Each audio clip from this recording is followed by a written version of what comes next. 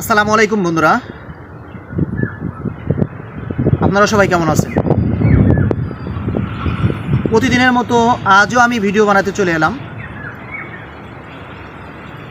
তো আজকের ভিডিওটা থাকবে আমাদের বর্তমান প্রজন্ম।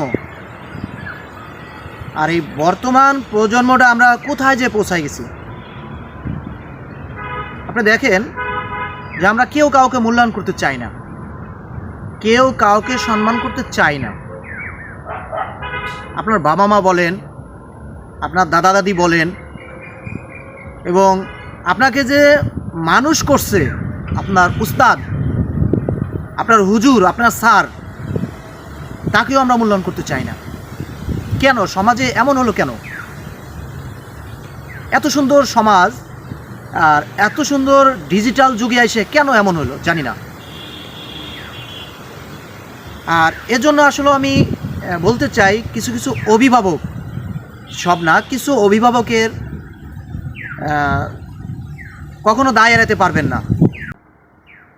কারণ আপনার বাচ্চাটাকে আপনি যখন একটা মাদ্রাসায় দিয়ে আসেন, স্কুলে দিয়ে আসেন, হ্যাঁ, যেখানে আপনি দিয়েছেন না কেন, আগে কি শর্তটা বলে আসেন জানেন? স্যার, আমার বাচ্চাটা যেন গায়ে একটা টোকা না পড়ে, আমার বাচ্চাটার গায়ে যেন একটা টোকা না পড়ে। ওই বাচ্চা কি করে মানুষ হবে আপনি বলেন তো? কারণ আপনি দিচ্ছেন তাকে কিন্তু সুশিক্ষিত করার জন্য। একটা স্যারের কাছে আপনি মানুষের মতো মানুষ তৈরি করার জন্য আপনি দিচ্ছেন তাকে। আর সেই স্যারটা হলো মানুষ তৈরি করার একজন কারিগর। আপনি জন্মদাতা পিতা, কিন্তু মানুষ গড়ার কারিগর কিন্তু একজন হুজুর, একজন স্যার। আমরা সেখানে কি বলে আসি? হুজুর, আমার ছেলেটার গায়ে যেন একটা টোকা না পড়ে। আমার ছেলে যদি ভয় পায়, আমার ছেলে কিন্তু আর কখনো মাদ্রাসায় আসবে না, কখনো স্কুলে আসবে না। তো ওই বাচ্চা থেকে আসলে ওই বাচ্চা কি শিখতে পারে? একজন উস্তাদের কাছ থেকে। আর উস্তাদও তখন কি অসহায়, বাচ্চারা লেখাপড়া পারতেছে না, তাকে যদি একটু ভয় না দেখায়, তাকে যদি একটু শাসন না করতে পারে, কি সে উস্তাদ, কি সে স্যার? আর এই জন্যই বর্তমান প্রজন্মের ছেলেমেয়েরা, আপনি দেখেন, একজন উস্তাদ যাচ্ছে না, তাকে একজন সালামও দিতে চায় না, তারা একটু সম্মানও করতে চায় না। হ্যাঁ, দেখেন, আপনি চা খাইতেছে, একটা ছেলে বসে, একটা ক্লাস 2, 3, 4, 5-এর ছেলেরা চা খাইতেছে, সাইড দিয়ে একজন উস্তাদ যাচ্ছে, তাকে কোনো মূল্যায়ন করার প্রয়োজন হয় না। এমনও আছে যে বসে আড্ডা দিচ্ছে, বাবা যাচ্ছে, আরে জন্মদাতা বাবা যে জন্ম দিছে, তাকেও মূল্যায়ন করার কোনো প্রয়োজন আসে না।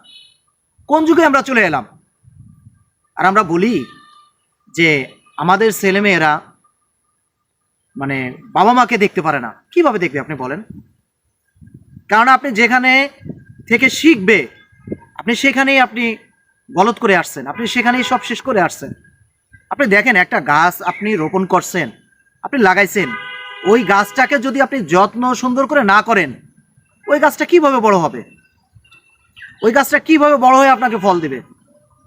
হ্যাঁ, তো বন্ধুরা, এই জন্য আমি সবাইকে বলি যে প্রতিটাই বাবা মা, প্রতিটাই ছেলেমেয়ের প্রতি একটু সুনজর দেই, একটু খেয়াল করি আমার বাচ্চারা কোথায় যাচ্ছে।